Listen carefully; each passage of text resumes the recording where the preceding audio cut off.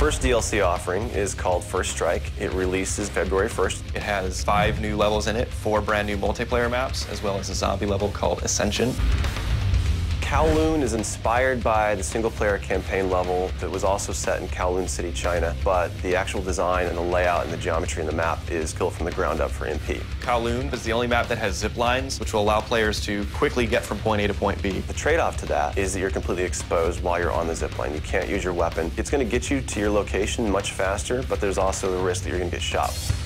Discovery is an Antarctic research station that was a German outpost left over from World War II. The two sides of the map are divided by a deep chasm. You're always kind of fighting for control over that crossover from one side of the map to the other. My tips for Discovery is really just learning the layout of the map, understanding how that chasm can impact the flow of the gameplay, and always being conscious of the exposure that you have to long-range weapons. You might be on a snow bridge and somebody throws a grenade, which collapses the floor around you.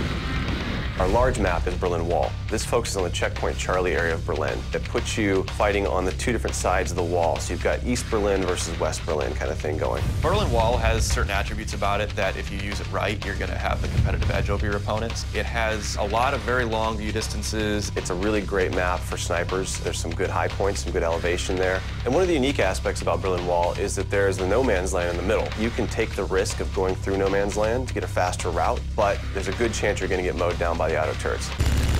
So Stadium's one of my favorite maps. I am a run-and gunner, so I tend to like that map. It's going to provide those close-quarter players tight adrenaline, action-packed experience. So never underestimate the value of tactical insertion, and always be checking your corners and realize that these engagement distances are going to be really small, so use that to your advantage. I think it's going to cater to a lot of the players who just like the frenetic style of gameplay that Call of Duty has to offer.